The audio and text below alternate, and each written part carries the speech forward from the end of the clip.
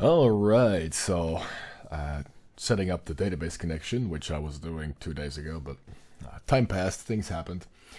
Ran into an issue of user secrets because what you usually do if you are just debugging something or having some fun is you have your program CS here, and inside of this program CS file, what you would do is you would have a connection string builder for your DB, right? So your DB connection string, and you would write that out here, right? You would make like your SQL thing here, and sometimes you would make that a constant, and even other times you would go into your appsettings.json or create one and put that directly inside of that JSON file. Now, it's not good practice because at some point, well, they say it's not good practice because at some point what you're going to do is, this is not good practice because it's not making a separation of responsibility, right? This is a configuration variable. So it makes sense that you then want to put that inside of a configuration file where you can centralize all of this. Now, some people would tell you to make a configuration class, which has its own set of limitations, and then the next step is to set it inside of a JSON file or an XML file, but they use JSON nowadays. And this comes with the issue that if you put it in here, if you put your connection string in here, if my keyword actually wants to work, this comes with the issue that this is added to Git. So you could make the choice to not add it to Git. And then the question is, well, if you now want to configure your application, how are you supposed to do it without an example file? Well, you can remember all of the configuration variables, or what you can do is the following. Make a appsettings.json example the way they used to do for environment files. So yeah, an environment example. But now you have to keep track of this one, and then also have to keep track of this one, and this is a bit of a mess. And better yet, what if you could just, in theory, have an appsettings.json? If you could just have an appsettings.json that kind of defines some default values, because that's also in question, some default values, and let that be overridden by whatever environment values you want. Now, you can do that the way it works in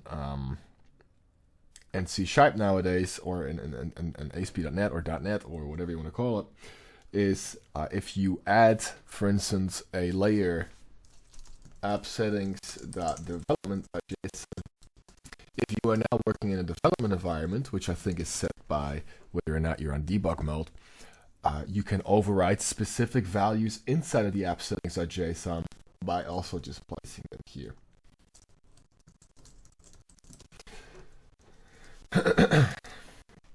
But the problem is, this solves the issue of being able to set specific settings for development, but it does not solve the issue of it being added to Git.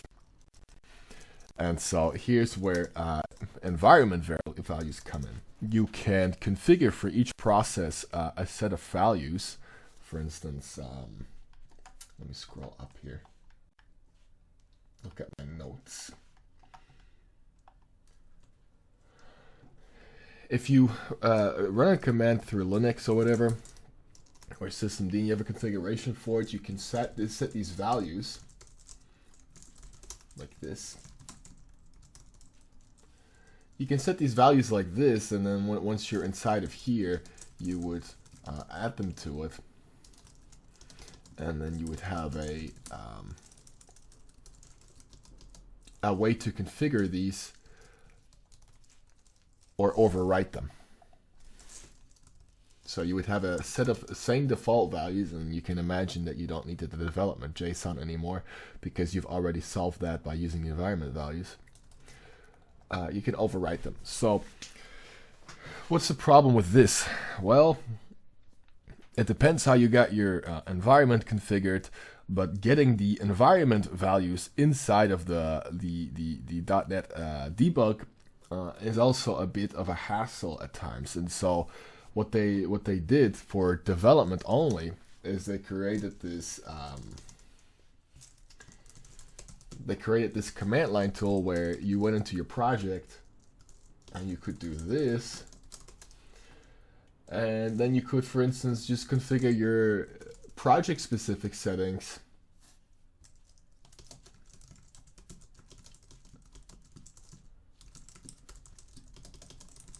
like this.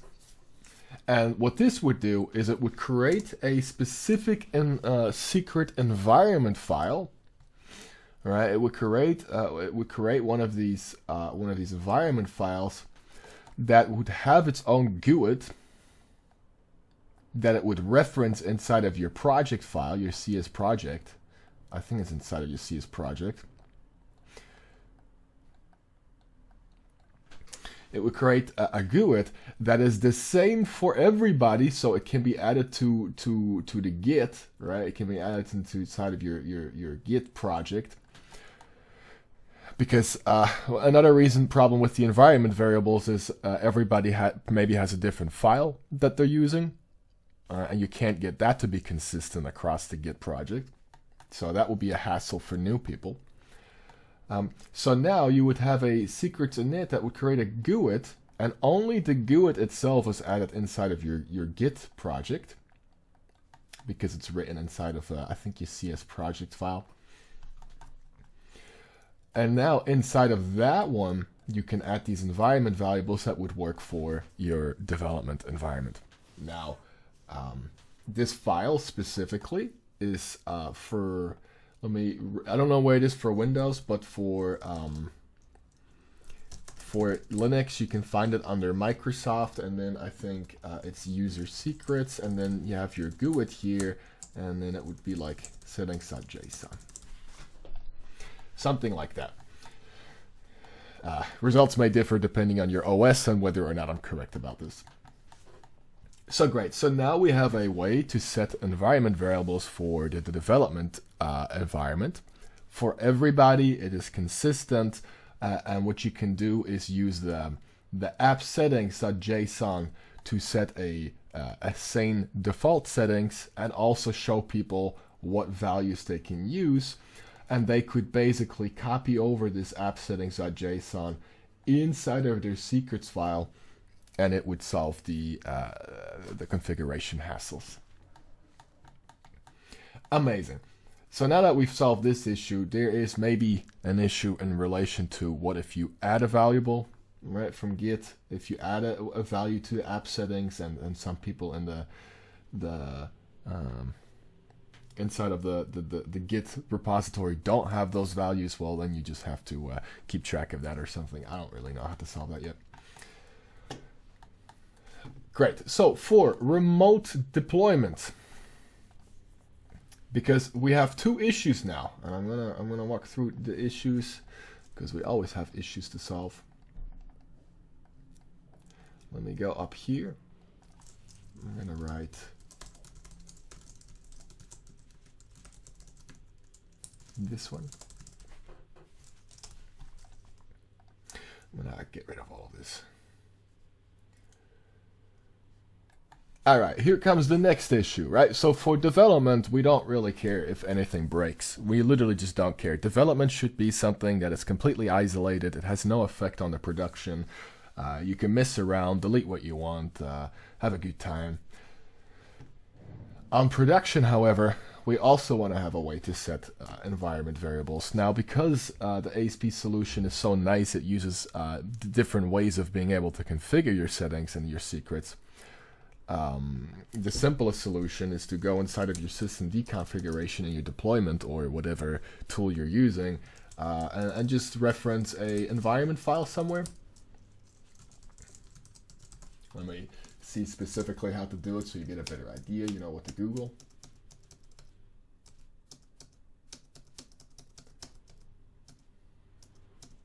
Uh-oh.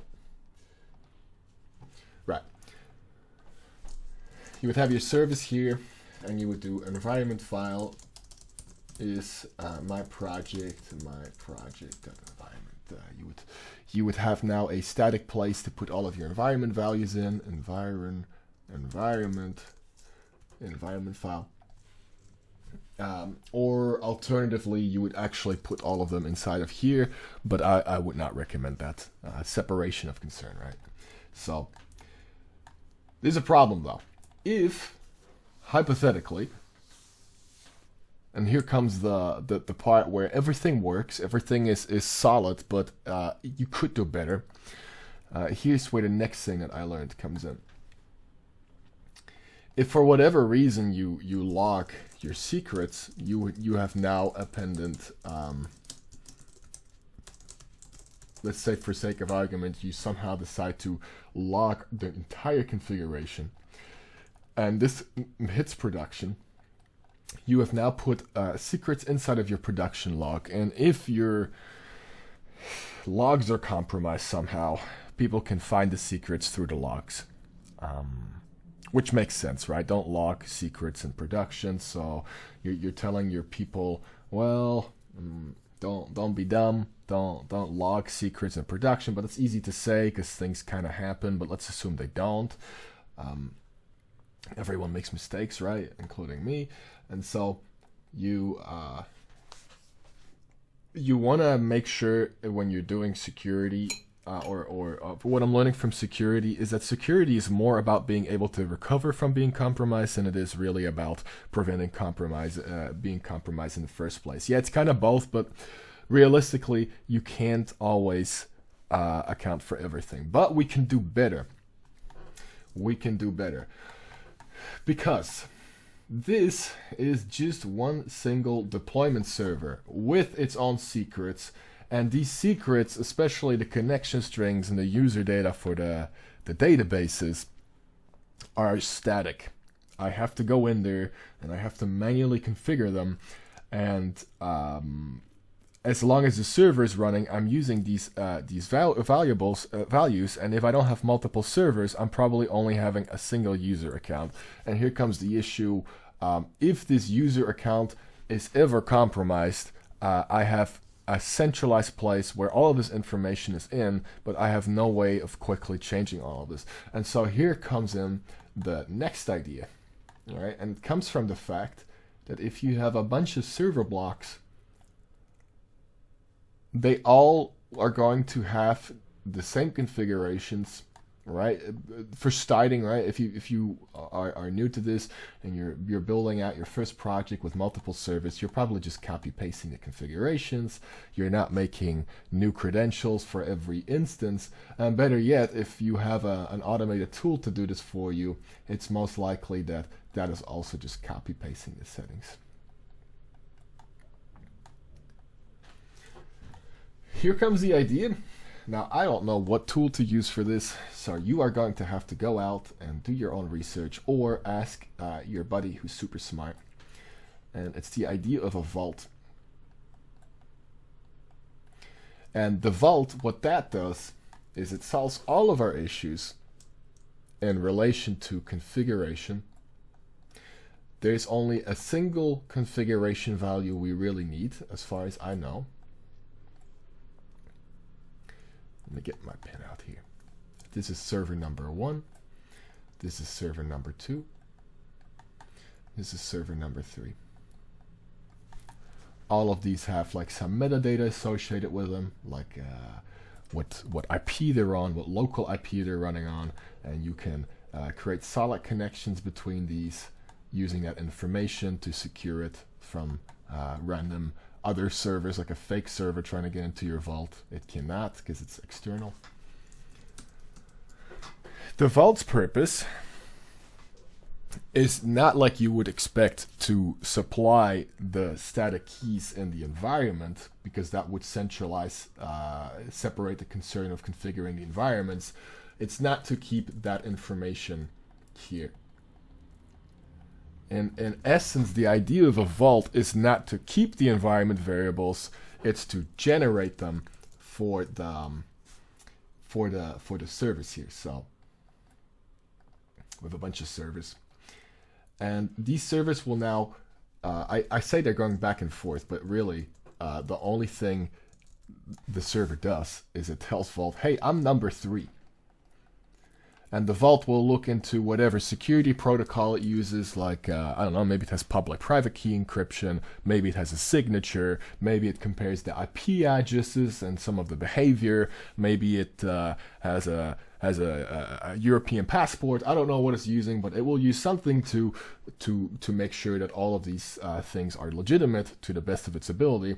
And then it will be like, okay, here's some information you can use. Here's a database password you're allowed to use, which only allows you to modify and read according to whatever specifications number 3 has, even if it's exactly the same web app. Here's an API key I just generated from some website that I want to use, like maybe I don't know, weather forecast API key. And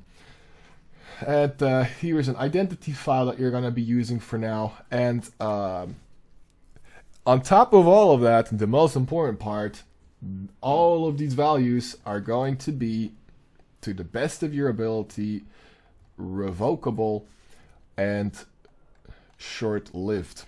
Revocable probably means that if you, for some reason, suspect number 3 of being a bad person, you are going to shut number 3 down. You are going to go over whatever credentials you've given this guy, and you are going to try to revoke these, saying like, okay, these keys no longer accept them. And if you are unable to revoke them, you have at least made them short-lived. And short-lived means that in like 60 seconds or something, or 1 minute or 2 hours, or whatever you have configured it as, these keys will also no longer work.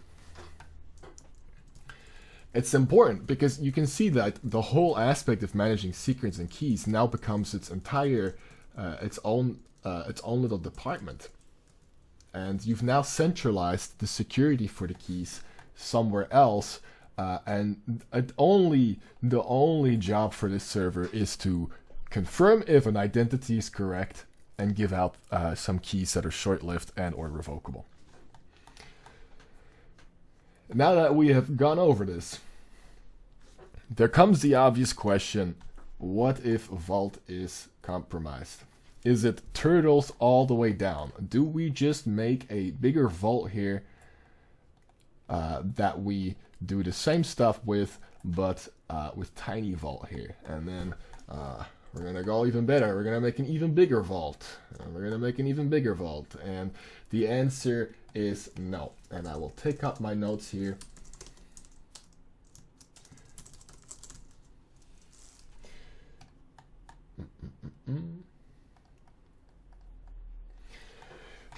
And security, like I said, we want to reduce the blast radius, which means that if this one is compromised, we have a way to solve that. If this one is compromised, we have a way to solve that. If this one is compromised, we have a way to solve that.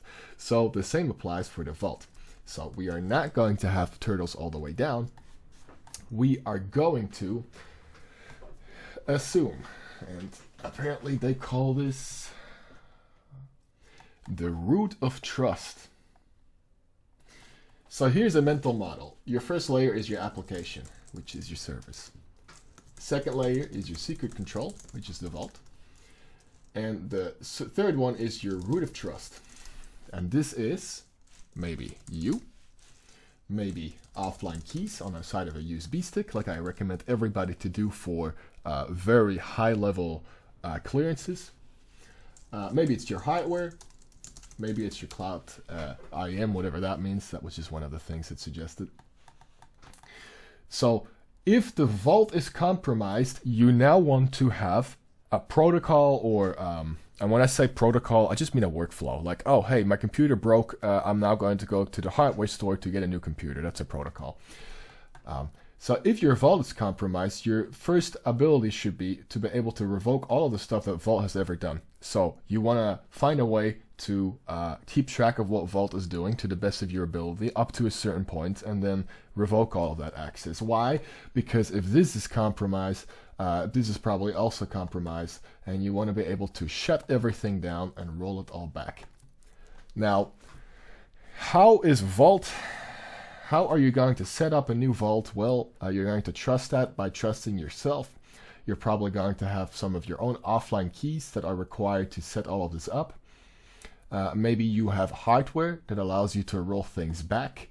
Maybe you have something in relation to cloud. I don't know much about cloud, guys, so don't quote me on this. But this is the only thing you can do. And now let me say one last thing. This is the final note. The final hard truth is the one that most people can agree on. There is no system that survives total trust collapse without human intervention. Security is not about infinite secrecy, because at some point there is going to have to be a root of trust. Security is not about infinite secrecy, it's about making compromise survivable. And like I always tell people, especially if like me, you're new, no matter how much you try, some guy is going to be able to break your stuff one day. And when that happens, you want to have a way to recover from that. And we do that by making backups, by restricting accesses, by having rollback features to some extent, by keeping some of our keys offline, by not leaving sticky notes with our passwords on our keyboard inside of our office. And that's all you can really do. Because, and you're like, no, there has to be a solution. The answer is there's not. Because if the person you work with on your same level is compromised, your system is compromised. If you are not working alone, you will always have a threat factor. That is not to make you distrust your best friend Bob. It's to make you understand that Bob is now also a threat in the sense that he has keys, he has accesses that can be compromised by somebody else. So the best thing you can do is use best practices, have protocols in place for securing everything, have a way to roll things back if possible, give people the least amount of power to do anything. And I don't just mean people, but especially people, but also your systems. Really think through what is the system supposed to do, and only give it the ability to do that. Give it its own accounts, its own keys. Set up a way to rotate the keys, which is also what the vault is for, the ability to rotate keys. That means you decommission old keys by revoking them. And you hand out new keys so that if information is leaked, it only matters for a certain amount of period. And you can just go ahead and think of other ways to further this. But key concepts are just, I don't know what's called, least privilege. The practice of least privilege, that is the only thing you can really do. Only allow systems to interact on the level they're supposed to interact. Only allow them to make the changes they're allowed to make. And only give people access to the things they really need access to.